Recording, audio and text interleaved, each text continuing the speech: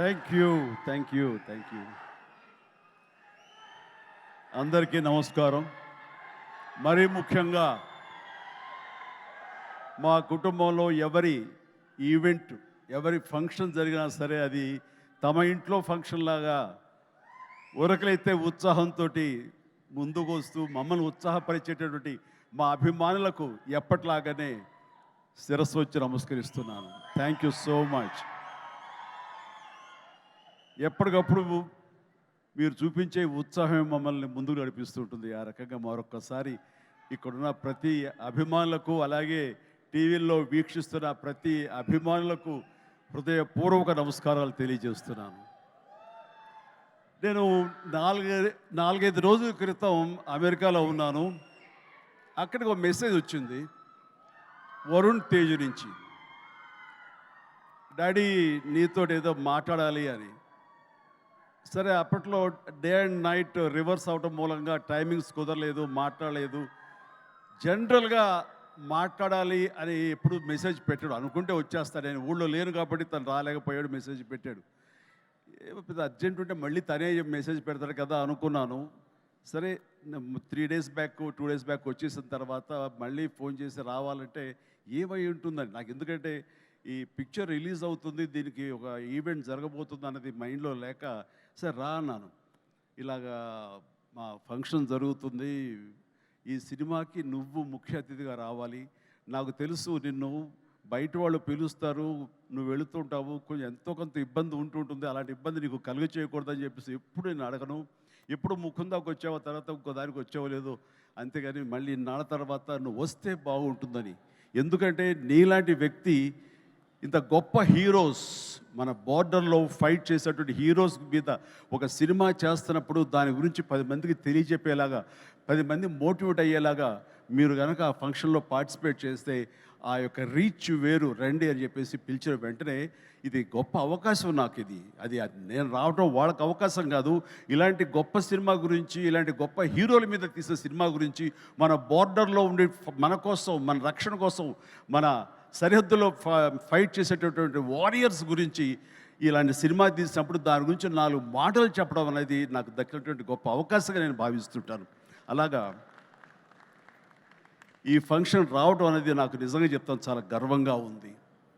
So ఇందులో ఉండే points ఏమిటి అన్నప్పుడు, నాకు ఎప్పుడైతే పుల్వామాలో జరిగినటువంటి ఈ టెర్రరిస్ట్ అటాక్ ఉంది, అది ఒక బ్లాస్ట్ అయ్యి 40 మంది సిఆర్పిఎఫ్ వాళ్ళు చనిపోవటం చూసాము.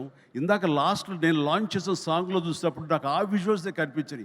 ఎంత హృదయ విదారకంగా ఉందంటే, సినిమాల్లో మనం కొంతవరకు చూపించగలం, నిజంగా నిజ జీవితంలో ఎంతమంది ఎంత హృదయ విదారకమైనటువంటి పరిస్థితి. అలాంటి ఫ్యామిలీస్కి, వాళ్ళకి ఆ చనిపోయిన వాళ్ళకి నివాళులు అర్పించేలాగా ఒక ప్రతీకారం తీర్చుకోవాలనే కక్షతోటి మన ఇండియన్ ఎయిర్ ఫోర్స్ చేసినటువంటి పెద్ద సాహసం, చేసిన యుద్ధమే ఈ cinema. If I'm right, I'm right, yeah. So అది సరిగ్గా నేను అవును వరుణ్, నాకు అక్కడ ఒక్కసారి ఈ వ్యాలంటైన్స్ డే ఏంటి, ఏదైనా రొమాంటిక్ టచ్ ఉందా ఏంటి, ఇందులో ఏదైనా సినిమాని కమర్షియలైజ్ చేశారంటే లేదు. February 14th నాడు ఈ సర్జికల్ స్ట్రైక్ చోటు చేసుకుంది. కాబట్టి దానికి సినిమా పరంగా మేము పెట్టుకున్నటువంటి ఈ పేరు ఇది ఆపరేషన్ వ్యాలంటైన్స్ డే అని చెప్పేసి.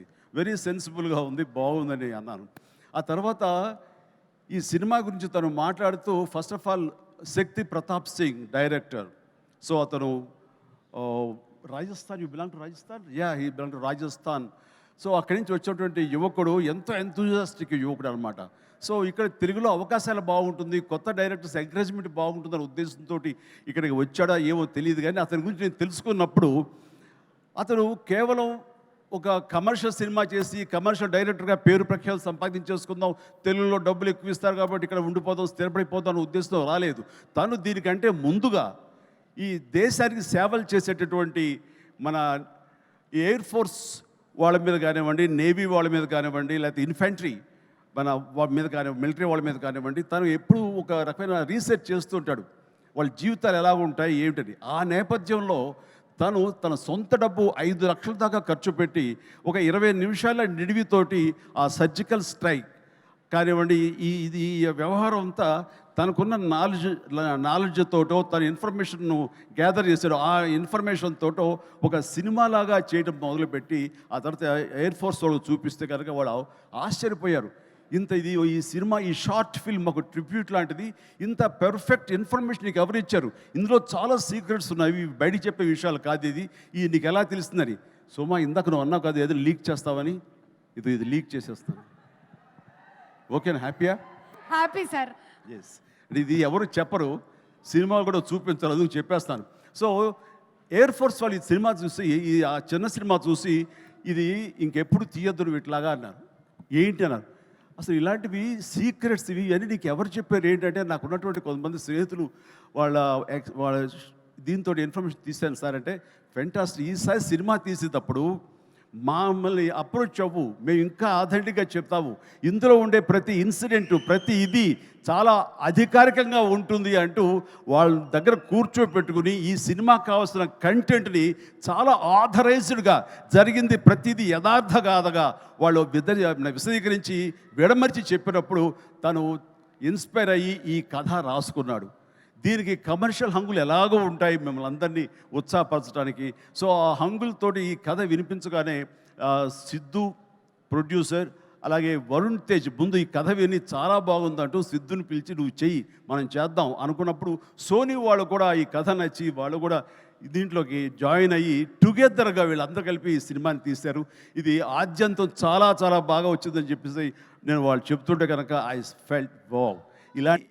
ఇలాంటి యంగ్స్టర్స్ ఎవరికి కూడా రాని అవకాశం, మా కుటుంబంలో ఉన్న ఇతర హీరోస్ కూడా రాని గొప్ప అవకాశం వరుణ్ తేజ్కి వచ్చింది. అది కేవలం అవకాశం రావడం కాదు, అవకాశం తను క్రియేట్ చేసుకున్నాడు, దాన్ని అందిపుచ్చుకున్నాడు, ప్రూవ్ చేసుకున్నాడు, మీ దీవెనలు పొందాడు, ఈ రోజున ఈ స్థాయిలో ఈ స్టేజ్ మీద ఇలా ఉన్నాడు.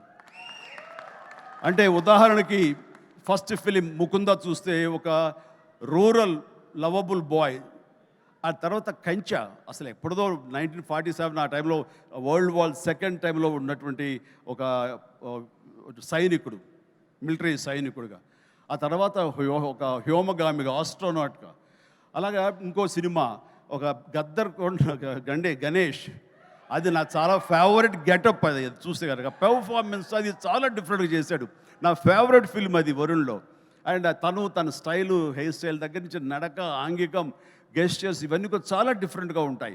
ఆ సినిమా కానివ్వండి, ఆ తర్వాత ఇక ఎన్ఆర్ఐ చేసినటువంటి ఫిదా కానివ్వండి, లేకపోతే లోకల్ సోఫిస్టికేటెడ్గా ఒక లవర్ బాయ్గా చేసిన వాళ్ళ బాబాయ్ ఇన్స్పిరేషన్ తోటి చేసిన తొలి ప్రేమ కానివ్వండి, అలాగే లేటెస్ట్ ఫిల్మ్స్ వరకు కూడాను ప్రతిదీ చాలా ప్లాన్డ్గా తను చేసుకుంటూ వచ్చాడు, సక్సెస్ఫుల్గా చేసుకుంటూ వచ్చాడు. ఆ ప్లాన్లో ఒక భాగమే లావణ్యను కూడా కట్టుకున్నాడు.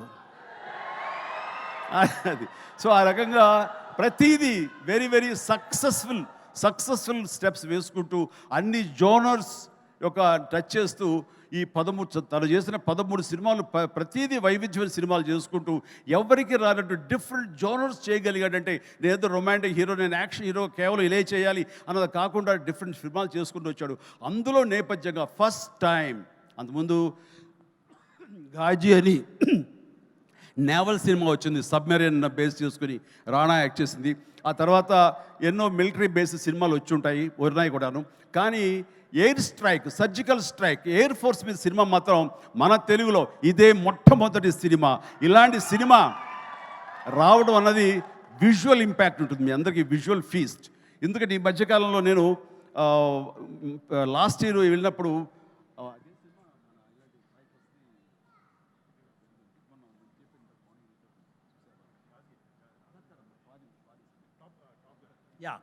టాప్ గన్ సినిమా చూశాను. టాప్ గన్ సినిమా చూస్తే ఇంత బాగా మనం చేయగలమా, ఎంత బాగా చేశారు అండ్ అంటూ నేను చాలా ఆశ్చర్యపోయాను విజువల్స్కి. అది 1 year బ్యాక్ చూసిన సినిమా. అది ఈరోజు చూస్తే కనుక మనలో మన తెలుగు వాళ్ళు, మన వరుణ్ తేజ్, మన సిద్ధు, మన శక్తి వీళ్ళందరూ కలిపి అలాంటి సినిమాని ఇక్కడ ఈజీగా చేసి అవతల పడేశారంటే టాలెంట్ అనేది ఎవడబ్బ సొత్తు కాదు, మనం కూడా ఆ స్థాయిలో ఉన్నాము. ఆ స్థాయిలో ఉన్నావు అనేది మరొక్కసారి ఈ సినిమా ద్వారా నిరూపించబడుతుంది. ఇలాగే వండర్ఫుల్గా చేశారు వాళ్ళందరూ.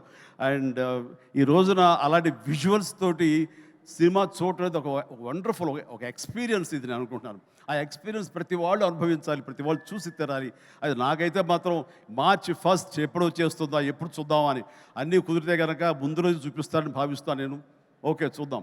బట్ ఇలాగా ఈ సినిమాకి పనిచేసేటువంటి ప్రతి ఒక్కళ్ళు, అలాగే మ్యూజిక్ అవకాశం ఎంత ఉందో తెలియదు కానీ మంచి ఆర్ఆర్ తోటి అద్భుతంగా చేయగలడు మేయర్,